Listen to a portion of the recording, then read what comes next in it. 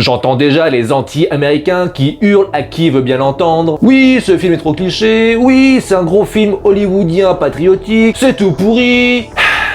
Bande de chenapans.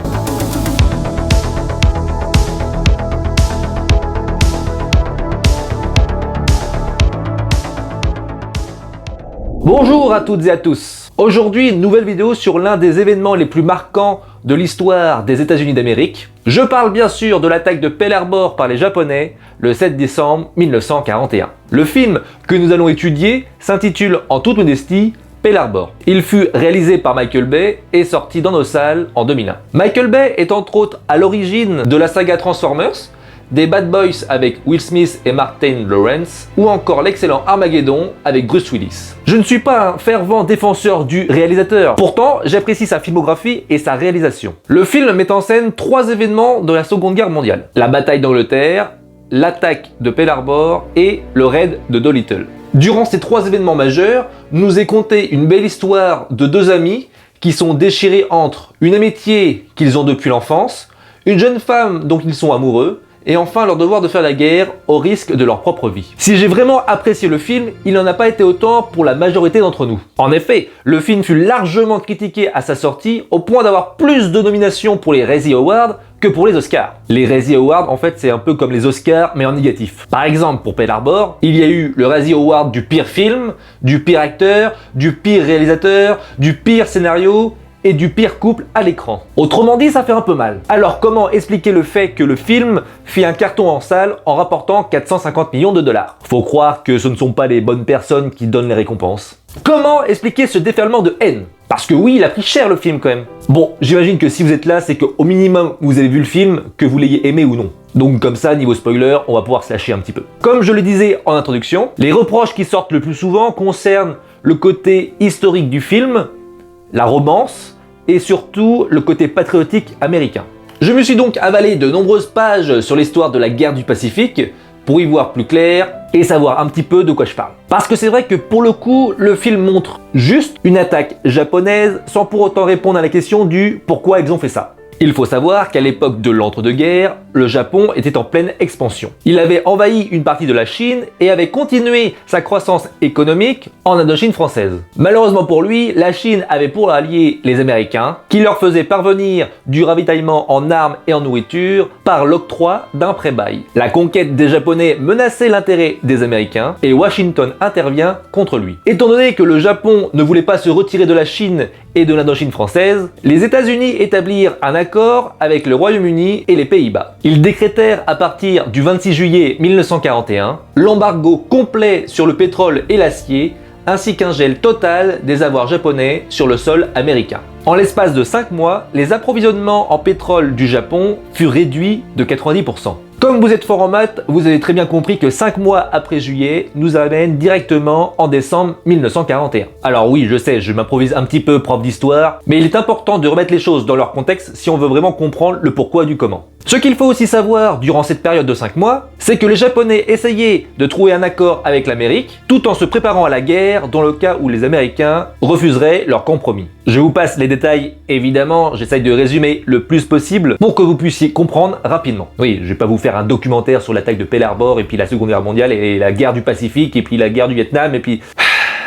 Enfin si, je pourrais, mais ça ferait une vidéo un peu trop longue. Les options étaient claires. Le Japon pouvait renoncer à la guerre en acceptant ainsi de devenir une puissance de 3e ordre, ou renoncer à la paix et se lancer dans une guerre dont l'issue était plus qu'incertaine, sachant qu'après 2 ans, la victoire devenait impossible par manque de pétrole et d'acier. L'alternative était donc entre la paix dans l'austérité au sein d'un monde dominé par l'Amérique, ou bien la guerre assortie d'une défaite probable, mais en défendant l'honneur national. Ils étaient donc dans une impasse et la décision devait être prise rapidement au vu de leurs ressources qui s'épuisaient. Sentant l'étau qui se refermait sur eux, cela les amena finalement à cette attaque surprise du 7 décembre 1941. Alors pourquoi à Pearl Harbor, me direz-vous? Parce que c'est là-bas qu'est située la base navale américaine, sur l'île d'Oahu, dans le territoire américain d'Hawaï, en plein milieu de l'océan Pacifique. Cette géolocalisation permettait à l'Amérique d'être vraiment au centre de l'océan Pacifique et donc de le contrôler.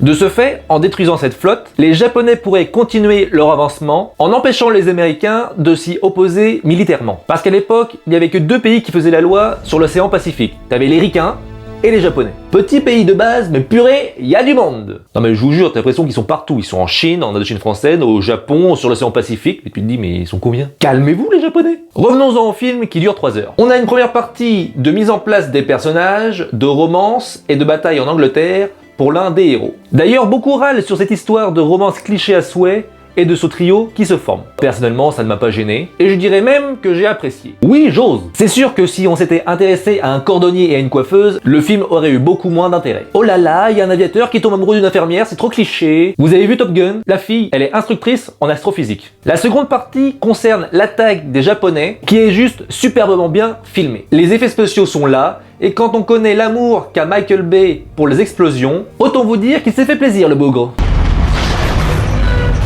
L'attaque fait plus vrai que nature et nous assistons avec effroi et horreur au massacre, car c'est un massacre, des soldats américains qui dormaient encore lors des premiers largages de bombes. Voire le naufrage de l'USS Arizona qui fera 1177 victimes, soit près de la moitié du total des victimes américaines de l'attaque, qui est de 2403 victimes. Pour la petite anecdote, l'épave de l'USS Arizona est toujours là-bas, au même endroit, il a pas bougé le machin. Et ils ont pu mettre une sorte de musée flottant au-dessus, afin de voir l'épave au plus près, et avec tous les noms des victimes qui sont forcément inscrits sur un mur. Le réalisateur filme ça de façon à nous donner l'impression d'être sur place, et au-delà du massacre, nous assistons aussi à des actes héroïques, des hommes anonymes qui sortent du rang non pas pour briller, mais pour survivre et protéger. Je pense bien sûr au cuisinier noir qui se nomme Doris Miller et qui a bel et bien existé. Ce qui est bien, c'est qu'on n'a pas vraiment le temps de s'ennuyer, car Michael Bay ne nous laisse que très peu de repos,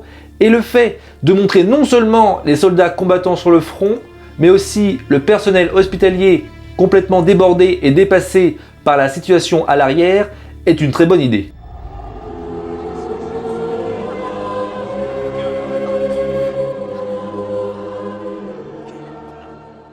Quand je pense qu'ils ont eu une nomination au Razzie Award du pire scénario. La troisième et dernière partie concerne, quant à elle, le raid de Doolittle et va faire crier au scandale les anti-américains. Pour certains, le film n'est pas neutre du tout et est clairement du côté des États-Unis. Quand les Japonais attaquent Pearl Harbor par surprise et font des milliers de morts, c'est un drame, une honte, une indignation. Mais quand ce sont les États-Unis qui ripostent en tuant un nombre important de soldats et de civils japonais juste par vengeance, alors là, c'est héroïque. Tout d'abord, il faut savoir faire la différence entre un film américain sur la guerre et un film américain cliché sur la guerre. Ici, c'est pas du Rambo qui tue 10 000 Vietnam à la seconde pour se venger d'une guerre perdue. C'est Pearl Harbor. Et on voit bien qu'ils s'en prennent plein les fesses pendant tout le long. Et effectivement, il y a cette expédition après pour terminer l'histoire des deux amis d'enfance afin de finir sur une note assez positive. Non parce que c'est vrai, finir sur les Japonais les ont bombardés, plein de morts, ils sont tristes, the end, ça le faisait pas super. La musique de Hans Zimmer est une fois de plus superbe et embellit totalement les scènes durant lesquelles on les entend.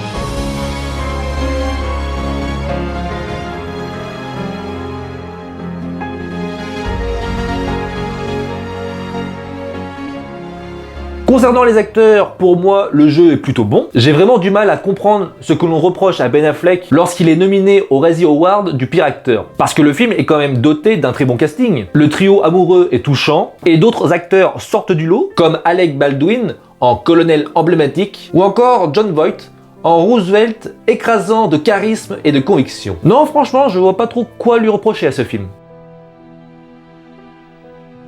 Une belle romance, pas mal d'action, une belle musique. Je le mettrais plutôt en référence de films de guerre du genre pour pouvoir dire des autres films s'ils sont des clichés hollywoodiens ou non. Pour ceux qui s'intéressent vraiment à l'histoire, je sais qu'il existe le film Tora Tora Tora qui retrace vraiment l'ensemble de l'attaque japonaise, mais vraiment des deux camps, du côté vraiment japonais et du côté américain. J'ai pas réussi à le trouver moi par contre sur internet, donc je l'ai pas regardé malheureusement. Je crois qu'il existe que en anglais par contre. Donc pour ceux que ça intéresse, il y a ce film là. Si vous arrivez à le trouver, dites-le moi, envoyez-le moi aussi j'ai envie de le voir. Soyez sympa. Bref, Pearl Harbor est pour moi un excellent film où Michael Bay, sous couvert de Pearl Harbor, nous raconte une histoire touchante. Des scènes d'anthologie et des dialogues d'exception pour un film à voir et à revoir. Voilà, j'espère que la vidéo vous a plu et que cela vous aura appris certaines choses. Personnellement, moi je me suis perdu dans l'histoire de la guerre du Pacifique, il y a tellement de choses qui sont passées, c'est vraiment très intéressant en fait finalement. Tu vois que les Japonais, putain à l'époque ça rigolait pas quand même. Hein. Oh la vache. Pensez à vous abonner et à commenter pour me dire ce que vous en avez pensé. Quant à moi je vous dis à la prochaine pour une nouvelle vidéo.